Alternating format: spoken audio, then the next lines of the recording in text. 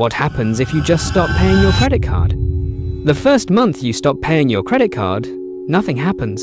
And that's exactly why people ruin their finances without noticing. If you're watching this, you probably have a credit card, or you're thinking about getting one. You already know the warnings: late fees, interest, bad credit. But nobody really explains what happens step by step after you stop paying. Not the timeline, not the psychology, not how quiet it is at first. Because the truth is, the system doesn't punish you immediately. It waits, and by the time you feel the damage, it's already done. The first payment you miss feels insignificant. 1 month, you still have a job, your bank account still works, nothing in your daily life changes. You get a notification, maybe an email. A late fee is added.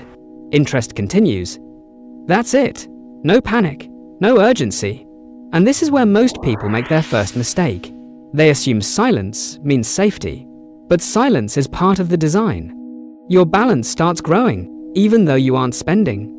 This is where people get confused. They think, I'll catch up next month.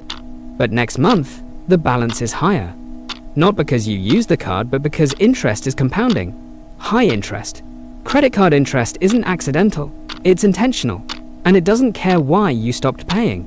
After about 30 days, the missed payment is reported. Your credit score drops, sometimes sharply. But here's the problem. You don't feel it. You don't wake up poorer. Your paycheck doesn't change, so your brain minimizes it. This isn't real damage yet. But credit damage is delayed damage. You only notice it later when you actually need something. At this stage, something dangerous happens. You adapt. The calls haven't started yet. The emails feel ignorable. Your life still looks normal. And your brain starts treating the debt as background noise. This is how people slide deeper, not by panic, but by normalization. And this is where things quietly shift. After a few months, the tone changes. The reminders stop sounding friendly. Phone calls begin. Not threatening, just persistent. Each call is logged, each delay recorded. You start avoiding unknown numbers. And this is when stress enters the picture. Not explosive stress, low-grade stress, the kind that follows you around. Eventually, the bank gives up. The account is charged off. This does not mean the debt disappears. It means the bank writes it off and sells it. Your debt now belongs to someone else. Someone who bought it cheap and wants profit. This is when patience ends. Collection agencies don't care about context. They care about pressure. They call more often. They escalate language. Not illegal, just uncomfortable. And this is where many people panic. But here's the part nobody expects. This still isn't the worst consequence. The real damage isn't the debt. It's what credit actually represents. Credit isn't money. It's permission. Permission to rent. Permission to finance. Permission to move forward. Once your credit is damaged, doors don't slam shut. They just stop opening. And nobody explains why. Months pass. Life goes on. Then one day, you apply for something. An apartment, a loan, a car, and suddenly, you're denied. Not because of who you are now, but because of who you were back then. This is when reality hits. Late. Most negative credit marks stay for 7 years. 7 years of higher interest. 7 years of fewer options. Even if you eventually pay. Even if you fix everything else.